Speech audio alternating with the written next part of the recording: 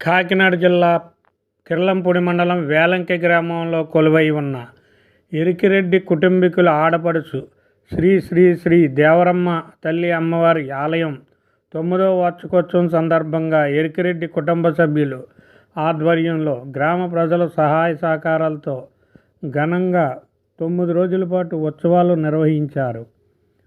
ఈ సందర్భంగా ఫిబ్రవరి 10వ తేదీ సోమవారం అమ్మవారి ఉత్సవ విగ్రహాలను గ్రామ పురవీధుల్లో గ్రామ ప్రజల దర్శనార్థం ఊరేగించారు.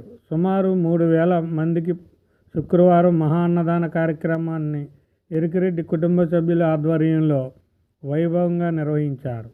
ఈ అన్నదాన కార్యక్రమంలో గ్రామ పెద్దలు, ప్రజలందరూ పాల్గొని అమ్మవారి తీర్థ ప్రసాదాలు స్వీకరించారు. ఈ సందర్భంగా ఎరికిరెడ్డి కుటుంబ సభ్యులు మాట్లాడుతూ, తమ పూర్వీకుల నుండి మా ఇంటి వెలవేల్పు దేవరమ్మ తల్లి అమ్మవారి సంబరాలు చేయడం ఆనవాయితీగా వస్తుందని తెలియజేశారు.